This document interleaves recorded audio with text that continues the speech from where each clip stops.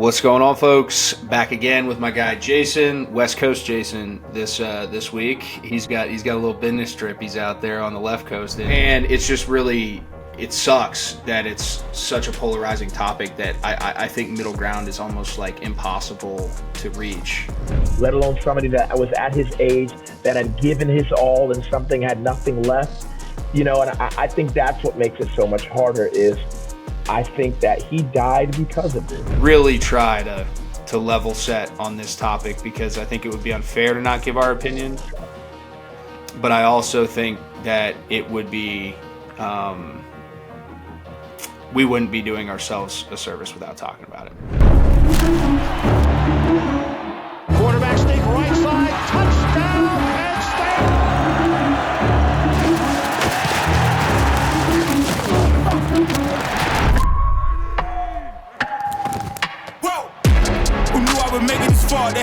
What's going on, folks? Back again with my guy Jason, West Coast Jason. This week, he's got a little business trip. He's out there on the left coast. And what's going on, my guy?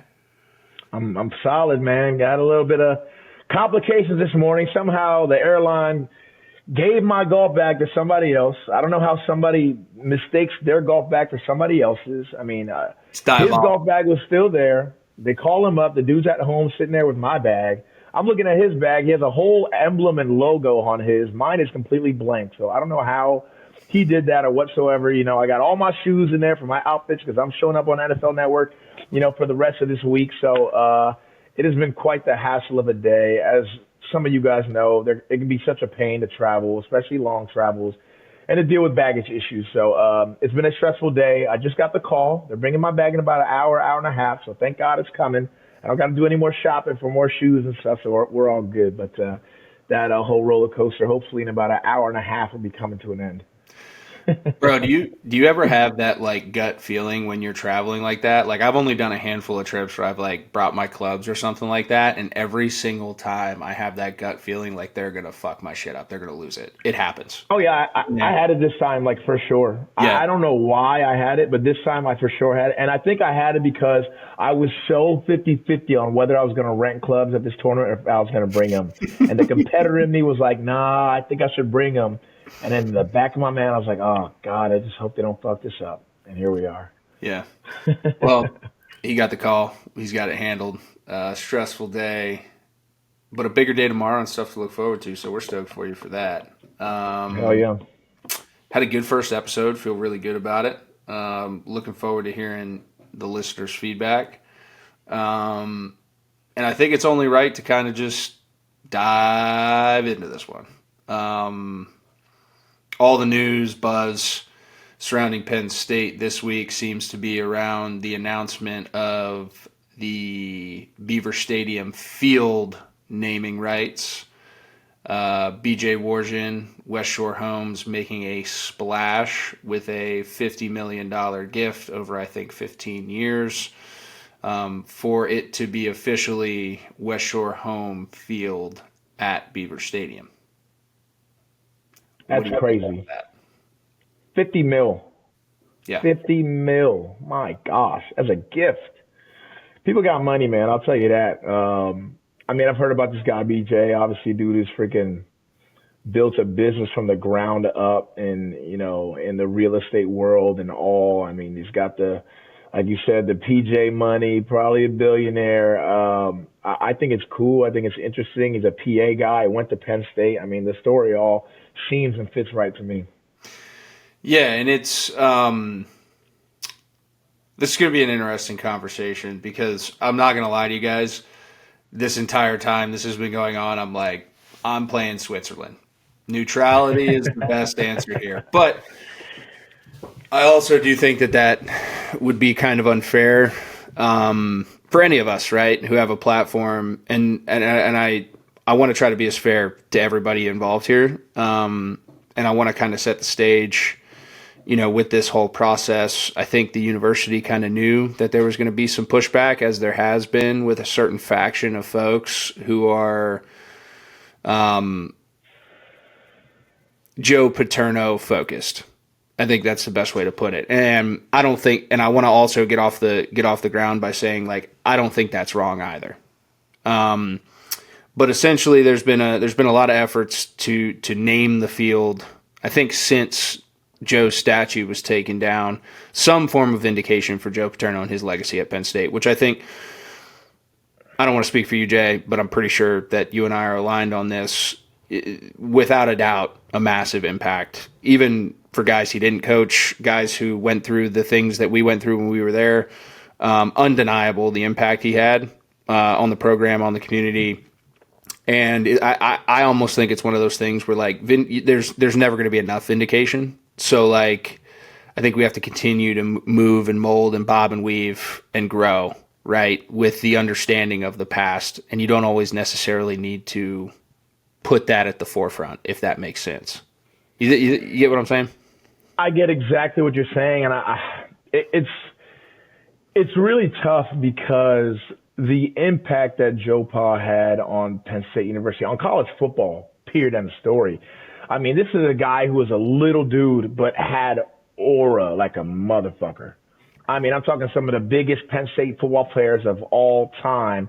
The things that they said about Joe Pa, the way that he went about his business, the way he coached, the way he molded boys into men, the wins, the tradition, the culture of Penn State, no name, all game, like the identity of Penn State football and its origins. I mean, there's just nowhere else you can start but with Joe Paterno. And I think to move forward without, in some type of big gesture way, have his name and his legacy there and in plain sight. I think to so many people who grew up watching Penn State football and grew up watching all of those eras of winning teams almost feel very wronged if that doesn't happen. So I understand it to a certain degree. And I think at the same time, there's an optics level of this thing. And I mean, that's just the reality of it.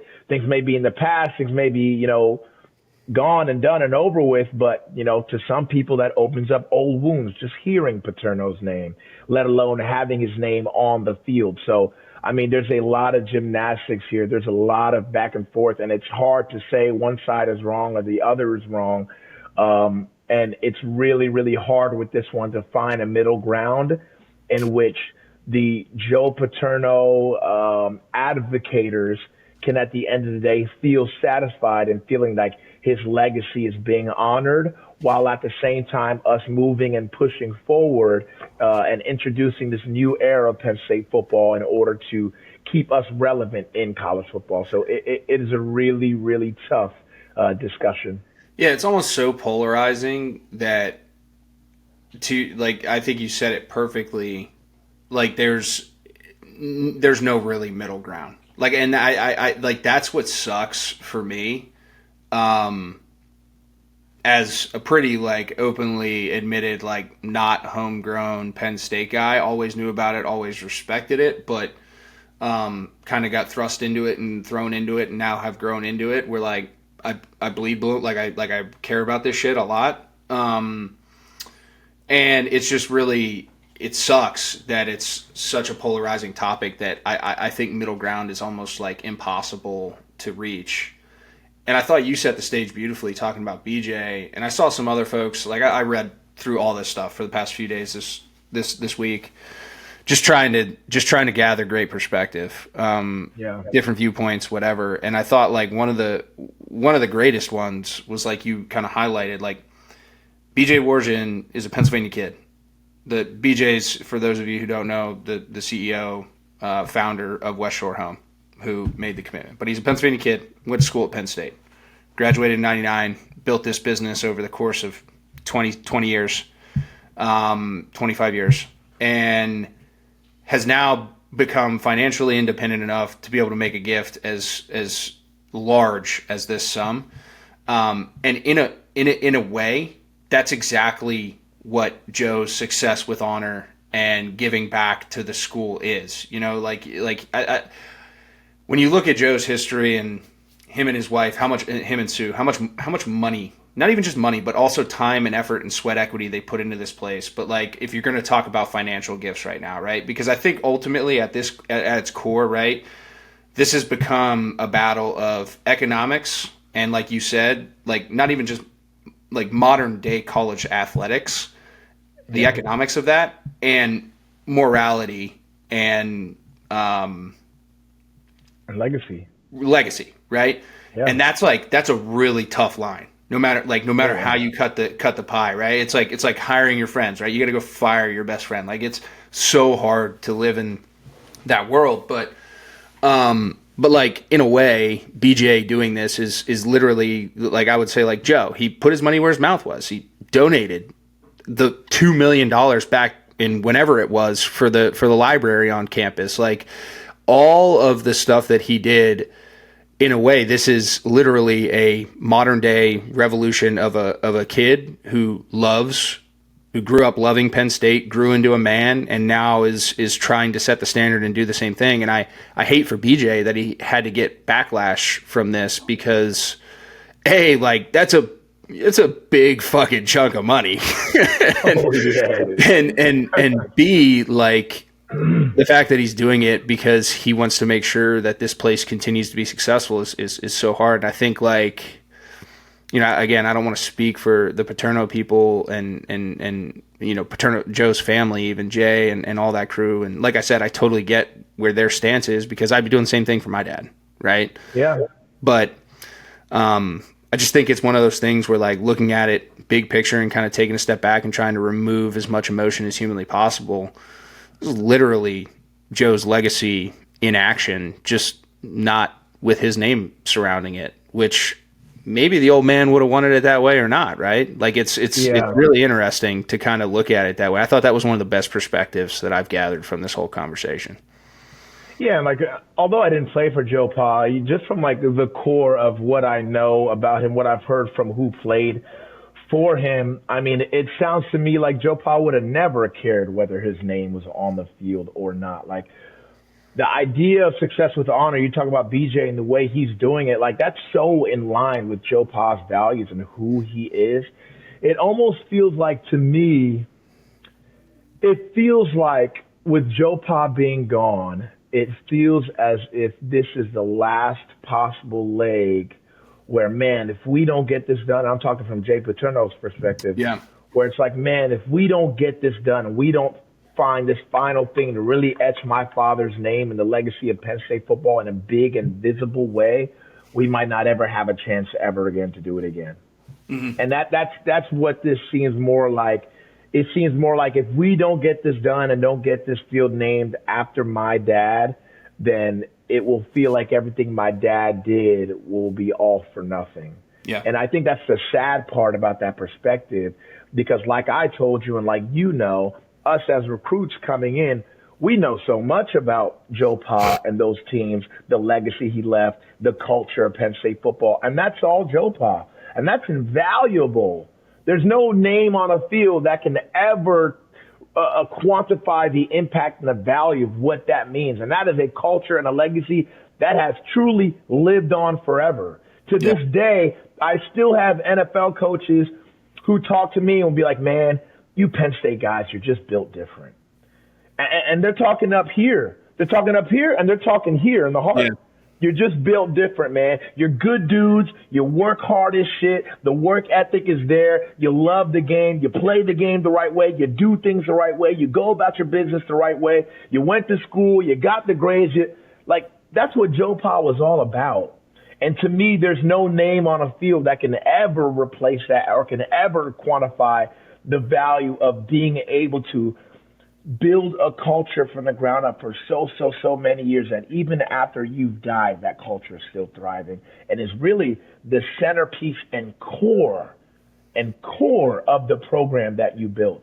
There's nothing bigger than that, you know? Yeah. So it sucks. You know, it sucks. It's a back and forth. I don't have a side. I wouldn't care. Like, I think for some people, having the Paterno name still there, like, you know, it opens up old wounds or whatever the case. Like, even when we have, like, other schools that are, like, hating on us, like, oh, like, Pedo State, or, like, making those jokes, like, that doesn't mean shit to me. And honestly, it never did, even coming as a recruit. Like, the shit that happened, but, like, it didn't touch us. It didn't really mean anything to us, besides the fact that coming into our first season, we didn't think we were going to play in a bowl game. Yeah. So, like, when people say that type of shit, the way I think in my brain is, like, all you're doing is rehashing old wounds of people who were actually victims in that circumstance. That's all you're doing. Yeah. It doesn't hurt me. It doesn't hurt the players. It doesn't hurt any of our coaches. It doesn't hurt the university whatsoever. Like, that's just you opening up old wounds for people who I promise you want those wounds to be closed and done and over with and not to think about it again. Yeah. So, like, that's dumb. And that's the reason why, like, you know, like the turnaround, like we're making the turnaround to kind of bring in this new era and kind of stamp it. But yeah, it's hard. Yeah. It's hard. It's tough. And, you know, I think one of the things you were saying there is like Joe's impact, and like I kind of tried to liken what BJ has done to some of the things that Joe has done, and kind of the example that he set.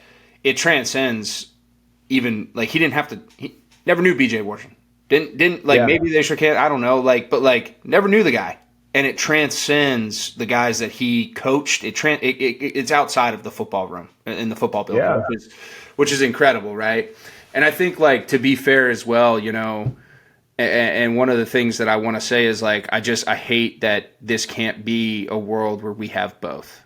Like, where one side is always going to feel slighted versus the other. And that's what's frustrating for me, is like I sit here from a common sense standpoint, and again, like, maybe I don't have as much vested in it, right? And I can, same way you just did, like, openly admit that, but we kind of have been like hammering on the Paterno folks and saying like, hey, like, maybe you should think about this. And I think on the other side of the coin, like, I think we should definitely talk about the folks who maybe are like, I don't want anything to do with that because it is open wounds. Like, even just the Paterno name is something that maybe a faction of the alumni base is kind of like hesitant with. And that's why maybe they are jumping all in on like, hey, we're moving forward, we're progressing, right? But I think there's also an element of like also honoring and remembering where you came from, right? And the vindication. Yeah. And vindication kind of comes off as, like, to me, like a very negative word, but I think it's appropriate here in the sense that, like, there should be something done, right? Like, the minute that, like, that statue's still somewhere floating in the ether, like, why can't we as an athletic department and administration, like, that's a very small gesture that, again, like, may not completely satisfy the appetite of the Paterno folks, but is it really going to bother the other folks that much if that is put up somewhere to honor, again, the man that has transcended this university and the principles, right? The principles that this man lived day in, day out. Why can't we do something like that? You know what I mean? Like, there's, and that's kind of where, like, the only hesitation I have, and the only, like, thing I wish is like, why can't we have it both ways? When I think that there's simple solutions to be able to do those things and eventually start building that name back into it. And maybe it's not time. Like, I don't know. Like, I'm not in the weeds with all of this shit. But I am kind of on the other side. And that's like, those are the little things that I wish we could do on the other end to kind of try to bridge that gap, right? At least show an olive branch to both ends and be like, you know what, man, like, this is where it is. And maybe, like, I don't want to be, you know, nuts, but, like, maybe BJ steps up to the plate, and maybe that is part of the deal, right? Like, I mean, you're given $50 million. I'm pretty sure you can dictate whatever terms you want. Maybe BJ steps up to the plate and says, you know what? It's West Shore home at Beaver Stadium, but I want the statue in the All Sports Museum or something simple. And he goes and use $1 million from the back end of this to do whatever you have to do with it, right? Like, maybe that's a cool thing that BJ could do. And maybe I'll shoot him the text, see how he feels about it. I don't know. But, you know, I just think that there's a way to be civil about this. And I just hate how we as a community have polarized it so much, because really all of these things are good things, right? Yeah. Like, and I think that that's the biggest part of this is, we can't be so stuck in relying on Penn State to be the brand that somehow transcends an ecosystem of college sports now that is not what it was even when you and I were playing. Like, it's much different. And part of the $700 million whatever the hell the renovation was, like, this is going to help get us to that point where this is something that's good for the whole community, right? Like, there's so much good that's coming out of this in order to stay relevant, stay competitive. And I think that that's something that, again, I think also, our Penn State folks need to understand. Like, this is changing. Every industry changes. It's adapt or die time. And I thought by BJ doing this, fantastic step forward. So those are my roses on both sides, right? I think being fair to both sides is massively important, but I think that's kind of where I stand on this. I think another element of it and why it seems like such a polarized, diehard thing for the Paterno folks is the fact that, if we're being really honest about it all, I feel like what happened is the reason why Joe Pod died, Yeah. Like, let's just call a spade a spade. If you dedicate your entire life to a culture, to a team, to pouring absolutely everything you possibly can into winning a championship, into success with honor and putting making boys into men, and you finish up, you get fired, you're done, and everything you gave your whole entire life to almost gets tarnished. Whether it's because of mistake, whether it's because you didn't do enough, this, that, and the third, that's all he say, she say. Nobody truly knows. But at the end of the day, as the head of an organization, no matter at what level something happens at, if something happens negatively at the end of the day, you're going to be the face of the negativity. You're going to be a face of the blame for it. And the reality is Joe Pa took that blame and he had to take it home, be done doing what he was doing and coaching, and just sit with it day after day. And the more I think about it, the more I can only imagine the inner battles that man had within himself. To think of the years and blood and sweat and tears that he put into the program get ruined in the public's eyes just like that. And that is the type of thing that, as a man, when you have a purpose and you feel like you carried out your purpose with everything you could have possibly had in your body, and for it to end the way that it ended, I think that's the type of thing that could kill anybody, let alone somebody that was at his age, that had given his all and something had nothing left. And I think that's what makes it so much harder is I think that he died because of it. Yeah. And as a son, if that was my dad, I know I'd be fighting tooth and fucking nail because I know who my dad is at heart, and I know, the type of dude he was and what he meant to his players, and all the players from that era will all say this. They all say the great, amazing things about Joe. So I think that's the part that makes it so hard. I mean, if he was here and alive now, maybe it would be different, but he's not. He's not. That's always $1 million question, man. When folks are dead and gone, like, you don't know, right? Like, you don't. Like I said, maybe he could be the guy that would come out and make a statement and be like, "This doesn't matter. It's okay. Yeah, keep it pushing, right? That could cure it all." And that could cure it all, right? Like, I think that's the hardest part. And I don't want to speak for Jay, but I think if I was put in his shoes, like, that would be the hardest part, right? Like, you don't know. Like, you don't know what your old man wants. You're just fighting for what you believe. And probably part of every lesson that he instilled in you is why you're still fighting for that, right? Yeah. So there's just a lot, man. There's a lot, as you and I both, I think, now have a better appreciation for that, being fathers ourselves. Like, it's just, you get a different appreciation, a different perspective on everything. And to your point, like, super shitty, dude. The circumstances and the manner in which, like you said, 40 plus years of doing it the right way is gone in a TV cycle, right? Yeah. Like a news cycle on ESPN is gone. I think that's a lesson within itself, right? But I don't want to get crazy. Like, that's just,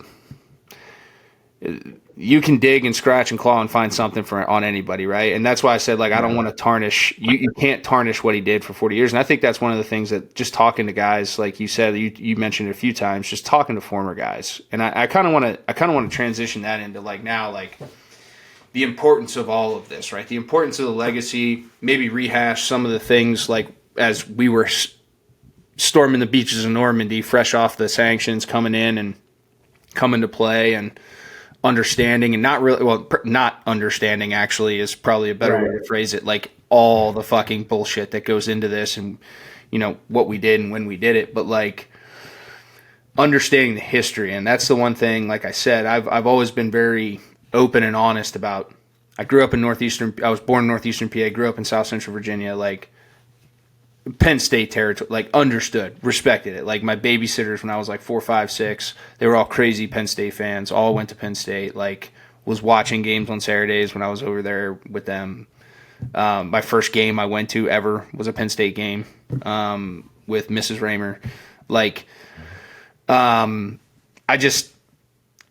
knew about it, right? Like I knew about it. I respected it. I grew up in a football family. My grandfather was a high school coach in Pennsylvania for 30 years. Like I knew what I respected. So I kind of knew what I was getting into. And then as you get into it, like you start talking to lettermen, right? You get introduced to guys, you start playing, you start having success, guys start coming around, and then you start hearing the stories.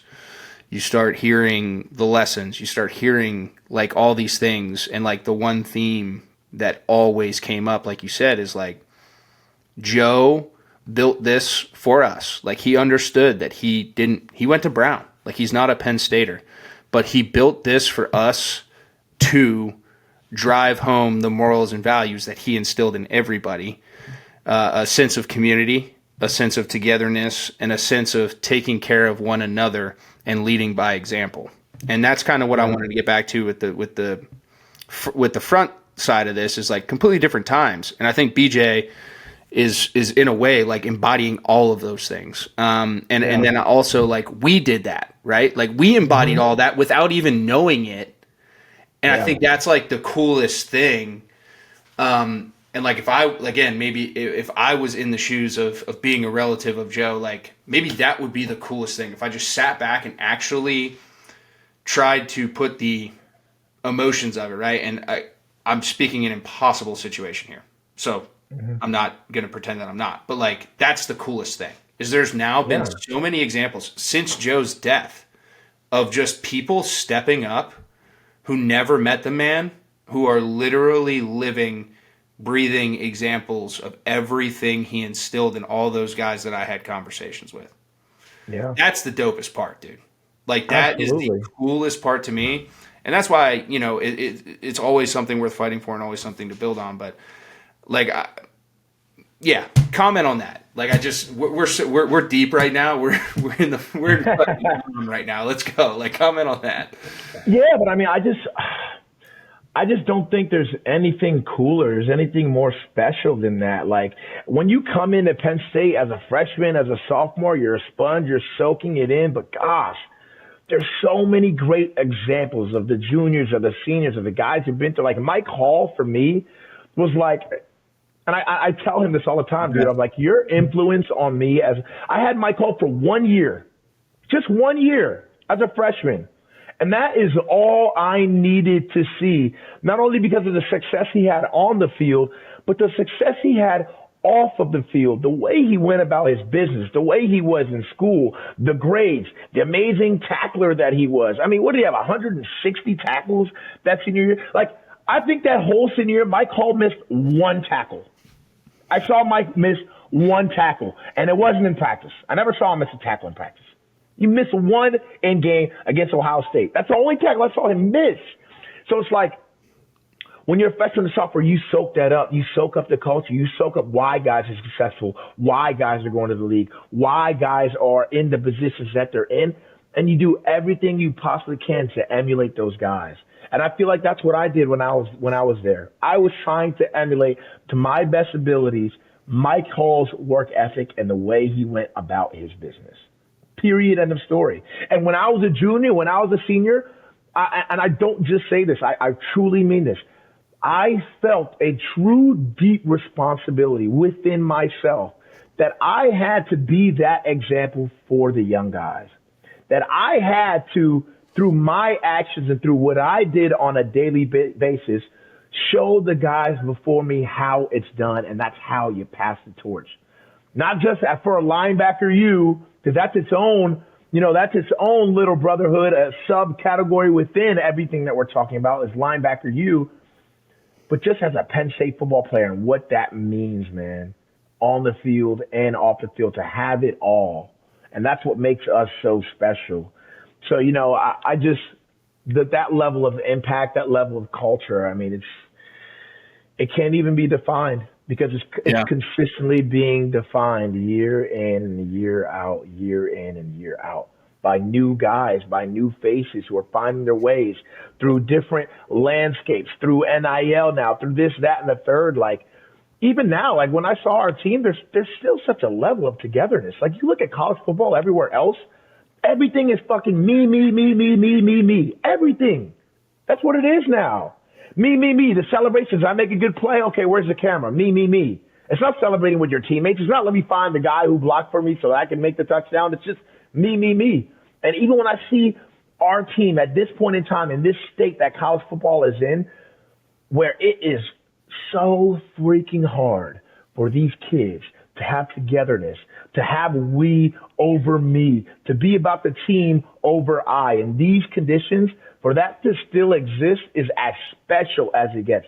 Because I promise you, from here on out, from this NIL era out, it is only going to get harder and harder and harder to keep that type of culture just because of the nature of the environment and the nature of the beast. And that's what I think speaks the most about what what Penn State means, what it means to go to our school, what it means to go and play for Coach Franklin, what kind of man you're going to be, what kind of student you're going to be, student athlete, all of that, So yeah, there's several really good points in there, and I hope you folks listen to that. And it's funny, the one that you brought up about this like witchcraft moment that comes over you when you hit a certain point. My maturation point happened when I was a sophomore, unfortunately, at 19. Yeah, yours was freaking early. But like having that feeling of like responsibility come over you. And I obviously can't speak, like I'm sure that there's other programs where that does happen and it's instilled. Like I don't want to be ignorant, but yeah, to your point, like the level of consistency that I think if you went and talked to every team captain from every decade, and even guys maybe who weren't captains, right? But guys who were really good football players and were guys that were naturally someone that you would look up to, right? I'd be really curious to run this test and see how many of them had that same witchcraft, wizardry type of feeling where it was, how do I set the best example to leave this place better than I found it, right? And like I said, I think every place has a little bit of that, but I think that stands at the forefront here, which is really cool. And again, just one of those things that I think is going to be tested in the future, but I hope that, like I said, even examples outside of the football building, that we can still try to find that middle ground there, because I do truly believe, to your point, that is what makes Penn State different. And I always said that. I just said it was different here. Like it meant more. When I was growing up and I was watching them, I felt like they won their own way. They won differently, right? They didn't always have the top 10 recruiting classes year in, year out, right? They always had really good fucking football players. And maybe that's an intangible thing. Maybe it's the way the system built it, but I just think it's so funny how it's like just transcended so many decades. I literally go back to the late 60s, early 70s, all the way up into now. Like it's just transcended so many decades, and those foundational, like again, witchcraft moments, I think, call me crazy, is just one of those like hand wave in the air from above, someone up there that just makes it happen. And it's pretty interesting. And it's definitely, like I said, what makes this whole conversation and topic of the pocket this week so tough is sometimes, the maturity of people that you don't necessarily expect maturity out of, and the lack of maturity of other people. And at the end of the day, like it's a harsh reality of the situation. You have to remove emotion. you have to think with a common sense part of that, which is again the economic side of the question. And then I also think that it's ignorant to say that your entire decision is made strictly on that. Yeah. I think that there's also that legacy piece of it that ultimately has put you in a position financially to be able to like there's that.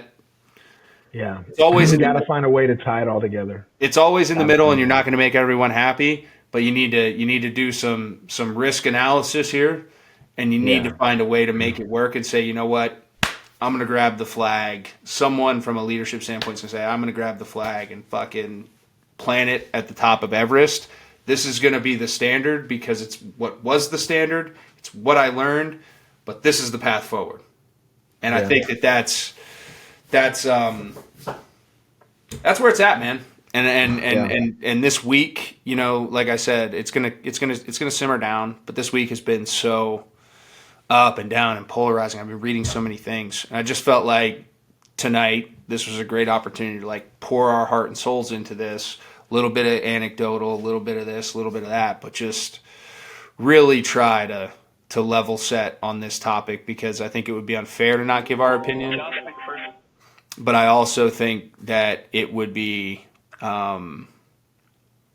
we wouldn't be doing ourselves a service without talking about it. So, no, absolutely. I think that's a great way to wrap it up, man. And the culture of this place just means so much to so many. And I mean, me, you, so many, all the guys before us who played here, you know, we will die on this hill. Like, I will die on the Penn State hill. Like, I don't know what it is about this place, but I will bleed blue and white until I take my last freaking breath. That's just how much it means to me. It's how much it meant to all of us. And we all know just the impact and how much it's molded us into the men that we've become today. And we're all better for it. You know, we're all better for it because the reality is we could have went to schools where they said, you know, we don't give a shit if you go to class as long as you're out there balling. We could have gone to those schools.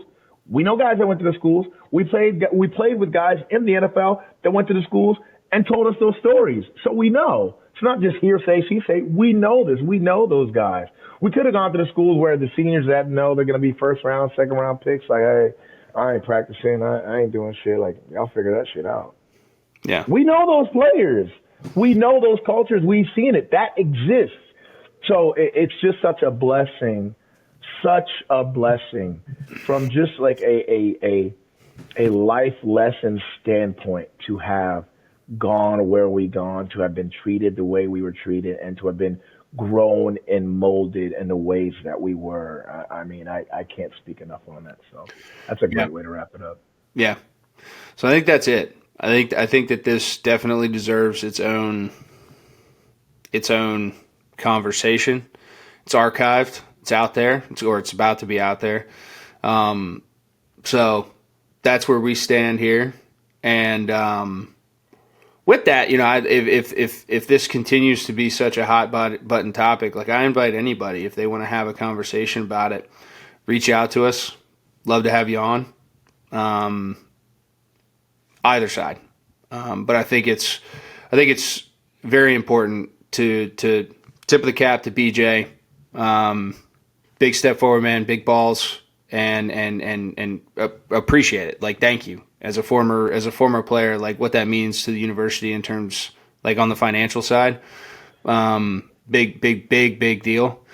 And kudos to you for doing it. Like you've accomplished a lot in life to be able to put yourself in that position. Like, awesome. And the fact that Penn State is the first thing you think about, another awesome thing. So, and we've hammered that point home that I think that there's a lot of folks previously that did it. So, with that being said, like I said, anyone who wants to have a conversation surrounding it, holler at us. We are open. The stage is open. We will be back next week, hopefully diving into some more things surrounding the Penn State news. But with that being said, make sure you guys are always following us on socials. The best Penn State content comes out of State Media. We stand on that, and we want to continue to bring that to you, continue to bolster it. So your support is much appreciated. So follow us on all our socials at State Media PSU. Like, subscribe on YouTube. stay in the know, and we're going to keep bringing you the content. And Jay, I appreciate you, even though you've had a ball buster day, hopping on here and chopping it up for about 40 minutes on, again, what I thought was just a really impactful, necessary conversation. And as always, you bring it, you get deep, you know what you're talking about, and I thoroughly enjoy the conversation. So, me too as well, my boy. All right, man. Best of luck at NFL Network, and like I said, catch you guys next week.